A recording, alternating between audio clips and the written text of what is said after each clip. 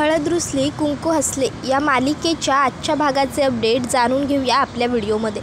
आता आपण पाहतो डॉक्टर जात असताना दुष्यंत उठून बसत असतो। बाळजाबाई दुष्यंतला म्हणतात, अरे दुष्यंत तू कशाला उठतोय, तू पण झोप बाळा। पण दुष्यंत उठून बसतो आणि डॉक्टरांना विचारतो, डॉक्टर कृष्णाची काय तब्येत आहे, नाही म्हणजे काही सिरियस नाही आहे ना। त्यावर डॉक्टर हे आता दुष्यंतला सांगायला लागतात की हे बघा, सध्या तरी आपण काहीही सांगू शकत नाही, कारण काय आहे ना, आपण अँटीबायोटिक्स जरी दिले असले तरीसुद्धा आपल्याला वाट बघावे लागेल, कारण तुमच्या शरीरात विष भिनलं नव्हतं पण त्यांच्या शरीरात विष भिनलं आहे। त्यामुळे पुढचे 24 तास तरी काही सांगता येणार नाही। आजची रात्र तुमच्या बायकोसाठी खूप जास्त अवघड असणार आहे। बघूया आजच्या रात्रीत नक्की काय रिझल्ट्स मिळत आहेत ते। पण खरंच मानलं पाहिजे त्यांनी स्वतःचा जीव धोक्यात घालून तुमचा जीव वाचवला। त्यांना हे ठाऊक होतं की त्यांना त्रास होईल या गोष्टीचा, पण तरीही त्यांनी हे सगळं केलं। उत्तम। एवढं बोलून आता डॉक्टर हे दुष्यंतला म्हणतात, काळजी घ्या। दुष्यंत होकारार्थी मान हलवतो तर डॉक्टर म्हणतात, आणि हो, काही लागलं तर नक्की कळवा, तुम्हीसुद्धा आराम करा।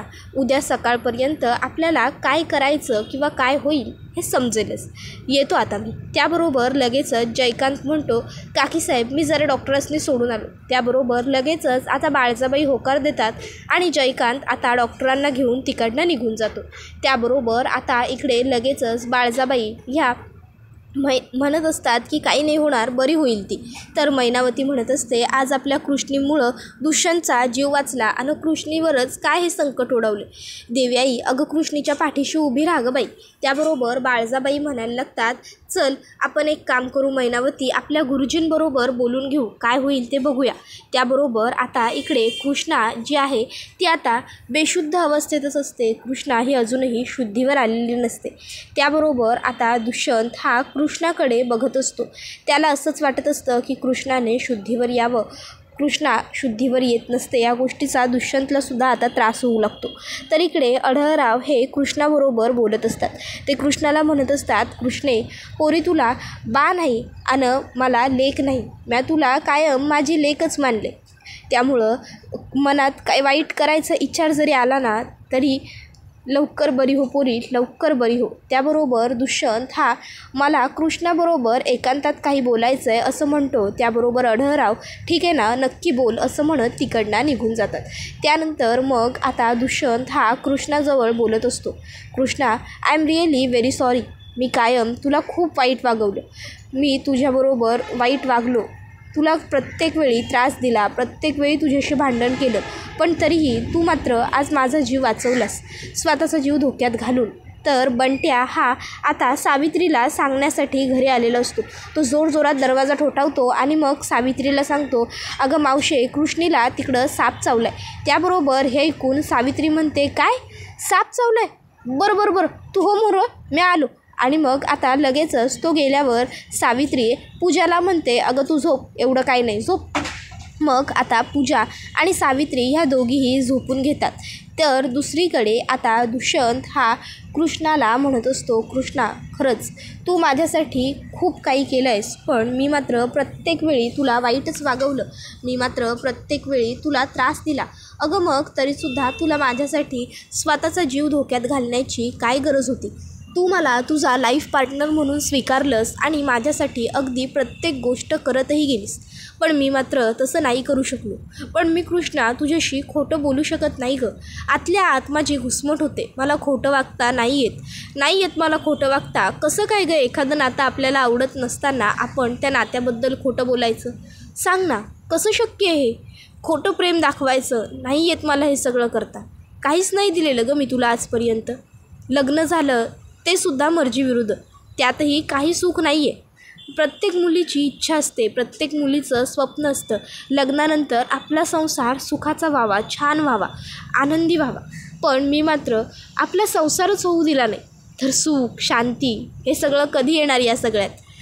पण मला आता तुला असं नाही बघवत आहे, प्लीज तू उठ ना, प्लीज उठ गं, तू अशी एका जागी गुपचूप पडून राहिलेली मी नाही बघू शकत, उठ ना कृष्णा, उठ गं कृष्णा, आता बाद झालं, पुरे झालं, किती झोपशील आता, उठ कृष्णा, मला भांडायसाठी तरी कमीत कमी उठ, भांड माझ्याबरोबर, बोल मला, चीड रागव, पण उठ, मी नाही बघू शकत तुला अशी झोपलेली।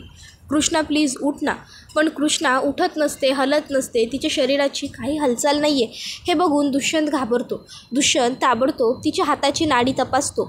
आता हाताची नाडी तपासून झाल्यानंतर दुष्यंत हा तिच्या नाकाजवळसुद्धा बोट लावून बघतो. श्वास सुरू आहे की नाही ते तपासत असतो तो. तर श्वाससुद्धा असतो. पण दुष्यंतला काहीही करून कृष्णाला उठवायचं असतं. दुष्यंत म्हणत असतो, कृष्णा हे बघ, काहीही झालं तरी तू माझा जीव वाचवला आहेस आणि आता मी सुद्धा तुला काही होऊ देणार नाही. कृष्णा, तुला माझ्यासाठी उठावं लागेल, तुला बरं वाटायलाच हवं. तू उठ. काहीही झालं तरी मी तुला झोपू देणार नाही अशी. कळलं ना तुला? तुला उठावं लागेल कृष्णा, तुला उठावंच लागेल. आजपर्यंत मी तुला खूप त्रास दिला आहे, तुझ्याबरोबर वाईट वागलो आहे, तुझ्याबरोबर प्रत्येक वेळी भांडलो आहे. आपण पहिल्यांदा भेटलो तेव्हापासून आत्तापर्यंत मी फक्त आणि फक्त तुझ्याशी वाईट वागलो, तुला हिणावलं, तू माझ्यापेक्षा कशी कमी आहेस हे दाखवून दिलं.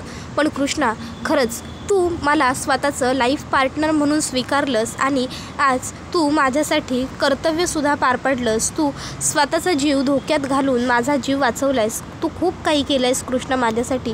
पण तुला एवढं सगळं करायची काय गरज होती? अगं, का केलंस तू हे सगळं कृष्णा? कशासाठी? काहीच गरज नव्हती तुला हे सगळं करण्याची. खरंच तू उगाच स्वतःचा जीव धोक्यात घातलास माझ्यासाठी. अगं, मी तुझ्याबरोबर कधीही चांगला वागलेलो नसतानाही तू हे एवढं सगळं केलंस आणि आता मला काहीही झालं तरी तुला बरं वाटलं पाहिजे एवढंच वाटतंय. बस तू लवकरात लवकर बरी हो. कृष्णा, उठ ना गं कृष्णा. कृष्णा, अगं उठ ना. अशी नको ना झोपून राहूस. तू अशी झोपून राहिलेली मला नाही गं बघवत आहे. मला नाही आवडत कृष्णा तू अशी झोपून राहिलेली. उठ. कमीत कमी माझ्याबरोबर भांडायसाठी तरी उठ. कृष्णा उठ ना, भांडायसाठी उठ. चल उठ. तू अशी झोपून राहू नको कृष्णा, उठ. पण आता कृष्णाच्या चेहऱ्याची, कृष्णाच्या अवयवांची काही हालचाल नाही आहे हे बघून दुष्यंत कृष्णाची नाडी तपासतो. आता नाडी तपासल्यावर कृष्णाची काही हालचाल त्याला जाणवत नाही. मग तो तिच्या नाकाला बोट लावतो आणि म्हणतो, नाही या कृष्णा, नाही, मी तुला काही होऊ देणार नाही आहे. नाही कृष्णा, नाही. आणि मग मी तुला काही होऊ देणार नाही, मी तुला वाचवणारच असं म्हणत दुष्यंत हा आता घरातनं बाहेर निघालेला असतो आणि आता तो अनवाणी पायांनी देवीच्या देवळात चाललेला असतो. आणि आता देवीच्या देवळात जात असताना पहिल्यांदा दुष्यंतने पायामध्ये चप्पल घातलेली नसते, तर तो असाच बिना चपलीचा चाललेला असतो. आता तो देवीच्या दारात येतो आणि म्हणत असतो, आज मी इथे तुझ्याकडे माझ्यासाठी काहीही मागायला आलेलो नाही आहे. आज मी इथे आलो आहे तो फक्त माझ्या बायकोसाठी.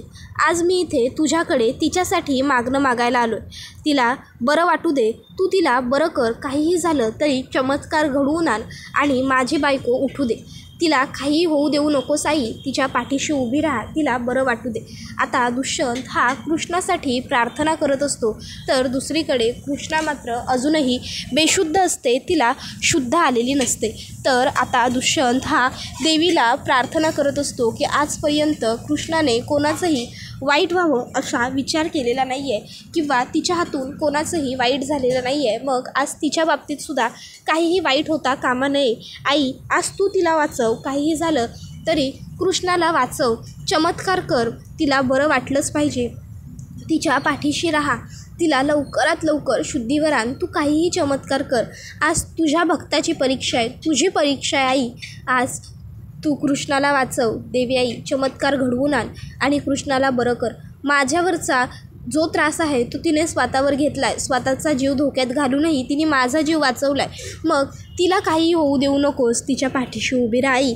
तिला शुद्धीवर येऊ दे. आता इकडे कृष्णा ही अजूनही शुद्धीवरती आलेली नसते.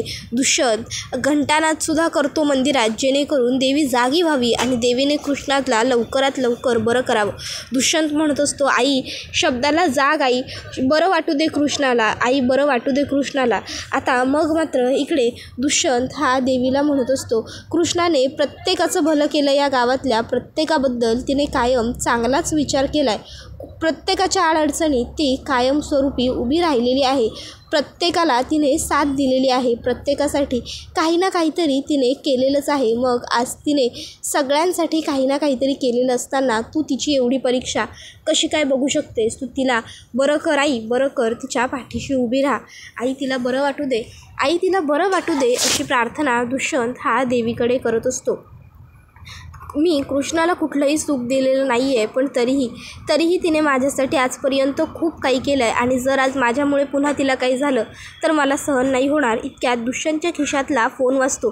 दुष्यंत फोन काढतो आणि लगेचच फोन उचलून बघतो तर काय, फोनवरती बाळजाबाईंचा फोन आलेला असतो. मग आता दुष्यंत म्हणतो, हां हॅलो आई बोल गं. त्याबरोबर समोरून बाळजाबाई दुष्यंतला सांगतात, अरे दुष्यंत तू आहेस कुठं, लवकर घरी ये, कृष्णा शुद्धीवरती आली आहे, लवकर ये. त्याबरोबर हे ऐकून दुष्यंतसुद्धा एकदमच खूप खुश होऊन जातो आणि तो म्हणतो, काय कृष्णा शुद्धीवर आली? हो आई हो, मी लगेच घरी येतोय, तू थोडा वेळ फक्त थांब, मी आलोच. आणि मग आता दुष्यंत हा फोन ठेवतो आणि देवी आईला नमस्कार करत म्हणत असतो, आई तुझे खूप खूप आभार, माझ्या कृष्णाला तू शुद्धीवर आणलंस, खरंच खूप उपकार झाले तुझे आई. त्याबरोबर मग लगेचच आता दुष्यंत हा धावत पळत तिकडनं घरी जायला निघालेला असतो. कृष्णा शुद्धीवर आल्याचं ऐकून त्याला खूप आनंद झालेला असतो. तर इकडे कृष्णसुद्धा शुद्धीवर आल्या पहिलं हेच विचारते, दुष्यंत सरकार कुठं आहेत? त्यावर मग आता बाळजा ही तिच्या डोक्यावरनं हात फिरवत असते आणि ती आता तिला सांगत असते की येईल, दुष्यंत येईल, त्याला आम्ही निरोप पाठवला, येतच असेल तो, तू काळजी करू नको, येईल तो इतक्यात. त्याबरोबर मग बाळजाबाई ह्या पुन्हा एकदा कृष्णाच्या डोक्यावरनं हात फिरवायला लागतात. आता त्या कृष्णाच्या डोक्यावरनं हात फिरवत असताना त्या ठिकाणी दुष्यंत पोहोचतो. दुष्यंत लगेच धावत कृष्णाजवळ येऊन बसतो आणि कृष्णाला म्हणत असतो, कृष्णा आलीस तू शुद्धीवर, बरं वाटतं ना तुला, तू ठीक आहेस ना? त्यावर कृष्णा ही दुष्यंतला म्हणत असते, हो दुष्यंत सरकार मला सांगा. त्यावर दुष्यंत म्हणतो, तू काहीही बोलू नको, तू फक्त आराम कर, आता तू शुद्धीवर जरी आली असशील तरी तुला आरामाची गरज आहे असं डॉक्टरांनी स्पष्टपणे सांगितलेलं आहे, त्यामुळे तू बडबड करू नको, तू फक्त आराम कर कृष्णा, तुला आरामाची खूप गरज आहे. त्याबरोबर बाळजाबाईसुद्धा म्हणतात, कृष्णे अगं तू माझ्या लेकाचा जीव वाचवलास, स्वतःचा जीव धोक्यात घातलास. जयकांत एक काम कर, गावातल्या प्रत्येक मंदिरात 11 किलो पेड्यांचा नैवेद्य चढवा असं सांग आणि तेवढा प्रसाद गावामध्ये वाटून टाका असं बी सांग. त्याबरोबर आता हे ऐकून लगेचच जयकांत म्हणतो, होय काकीसाहेब आम्ही लगेच कामाला लागतो, प्रत्येक मंदिरात अशी प्रचंड वेगानं प्रसाद वाटायला लावतो. त्याबरोबर आता बाळजाबाई ह्या लगेचच कृष्णाकडे बघतात आणि कृष्णाला म्हणायला लागतात, कृष्णे अगं लई काय केलं आहेस आज तू माझ्यासाठी, तुझ्यामुळं माझा लोक आज सुखरूप आहे बघ. तर इकडे जयकांत हा प्रसाद वाटण्याचा निरोप सांगण्यासाठी निघालेला असतो दुष्यंत आणि कृष्णाच्या खोलीच्या बाहेर. तर इकडे बाळजाबाई म्हणत असतात, खूप धाडसाची आणि धीराची सून आहे तू माझी, अगं तुझं लई म्हणजे लई कौतिक वाटायला लागले बघ मला आज, खरंच. बरं चला आता समद्यांनी बाहेर जाऊया, तिला जरा आराम करू द्या. मग सगळेच जण तिकडनं बाहेर जातात. दुष्यंत आणि कृष्णा हे दोघंच खोलीत उरलेले असतात. तर आता दुष्यंत हा कृष्णाचा हातात पकडतो आणि कृष्णाला म्हणत असतो, कृष्णा बरं वाटतंय ना तुला, तू स्वतःचा जीव धोक्यात घालून मला वाचवलंस, कशाला केलंस एवढं माझ्यासाठी, काय गरज होती तुला? त्यावर कृष्णा म्हणते, दुष्यंत सरकार तुम्ही ठीक आहेसा नवं? त्यावर दुष्यंत म्हणतो, तुझ्या आशीर्वादाने जिवंत आहे, तुझ्या कृपेने जिवंत आहे बस. त्याबरोबर आता कृष्णा म्हणते, दुष्यंत सरकार. त्यावर दुष्यंत म्हणतो, कृष्णा हे बघ आता काहीही बोलू नकोस, कारण आता तुला आरामाची सगळ्यात जास्त गरज आहे, त्यामुळे तू आता शांतपणे झोप, डोळे बंद कर. मग कृष्णा झोपून घेते. त्यानंतर इकडे आता दुष्यंत जो असतो तो इथे दुसऱ्या दिवशी डॉक्टर आल्याबरोबर डॉक्टरांना कृष्णाला चेकअप करायला लावतो. डॉक्टर कृष्णाचा चेकअप करतात. तर अढळराव लगेचच विचारतात डॉक्टरांना, डॉक्टर सिरियस काही नाही आहे ना, म्हणजे सगळं व्यवस्थित आहे ना? त्याबरोबर मग लगेचच डॉक्टर सांगतात की हो सगळं अगदी ठीक आहे, आता धोका टळलेला आहे, आता त्या स्टेबल आहेत, मी काही मेडिसिन्स तुमच्या फोनवरती पाठवतो, तेवढ्या फक्त तुम्ही त्यांना द्या. त्याबरोबर दुष्यंत होकार देतो आणि मग दुष्यंत हा डॉक्टरांना घेऊन तिकडनं बाहेर जातो. तर आता इथे अढळराव हे कृष्णाच्या पायाजवळ बसतात आणि मग ते कृष्णाला म्हणायला लागतात, कृष्णे बघ मी म्हणलं होतं का नाही तुला बरं वाटणार म्हणून, तुला बरं वाटलं ना? अगं पोरगी म्हणलं आहे मी तुला. त्याबरोबर आता हे ऐकून कृष्णालासुद्धा खूप छान वाटतं. इतक्यात त्या ठिकाणी आता बाळजाबाई आलेले असतात आणि बाळजाबाईंनी येताना पोहे, उपमा, साजूक तुपातला शिरा, एक काढा एवढे सगळे पदार्थ आणलेले असतात आणि त्या लगेच आता इकडे अढळरावांना म्हणतात, ओ तुम्ही उठा तिथनं, मला कृष्णीबरोबर बोलायचं आहे. कृष्णे, हे बघ मी तुझ्यासाठी काय काय आणलं आहे. मी स्वतःच्या हातानं तुझ्यासाठी पोहे बनवलेत, साजूक तुपातला शिरा बनवला आहे आणि उपीट बी बनवलं आहे आणि ह्यो काढा बी बनवला आहे. तुला जे काही खावं वाटेल का नाही पुरी तू ते खा. हे घे, हे तू पोहे खा. पोहे नको होय, बरं मग हे उपीट खा. मला माहीत होतं तुला उपीट नको असेल म्हणून मग म्या ह्यो साजूक तुपातला शिरा बी केला आहे बघ तुझ्यासाठी. साजूक तुपातला शिरा तरी खा. हे बघ कृष्णे, तू काहीतरी खा म्हणजे तुला बरं वाटेल. अगं खाल्ल्या पिल्ल्याशिवाय बरं कसं वाटायचं असं त्या म्हणत असतात. तर लगेचच त्या ठिकाणी मैनावती येते आणि सांगत असते, अहो बाळजाबाई, ते अधिपतीराव आहेत का नाही बाजूच्या गावचे, ते आले आहेत आपल्याकडं. त्याबरोबर बाळजाबाई म्हणतात, ते कशापायी. त्यावर लगेचच आता गणपत म्हणायला लागतो, अहो बाळजाबाई, आपल्या घरात थोडं काय घडलं तर ते बाहेर कळतं, मग हा तर सापडंश आहे. त्याबरोबर आता आढळराव हे फक्त सगळं बघतच असतात. तर बाळजाबाई ह्या त्यांना म्हणत असतात, त्यांना सांगा की जरा वेळ वाट बघा, आमचं इथं थांबणं गरजेचं आहे. आणि मग ते कृष्णाला म्हणायला लागतात, कृष्णे, अगं म्या तुला म्हणलं होतं का नाही की ह्या घरची लायक सून होण्याबरोबर तू आहेस का नाही याची मी तुला परीक्षा घेऊन बघणार म्हणून. म्या परीक्षा घेतली आणि परीक्षेत तू अव्वल नंबरांनी पास बी झालीस आणि म्हणून तुझ्यासाठी बक्षीस आहे.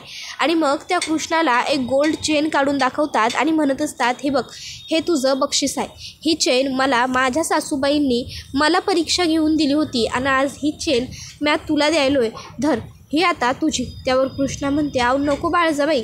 त्यावर बाळजाबाई कृष्णाला म्हणतात, कृष्णे, मला नाही म्हणलेलं आवडत नाही, मला नाही ऐकायची सवय नाही.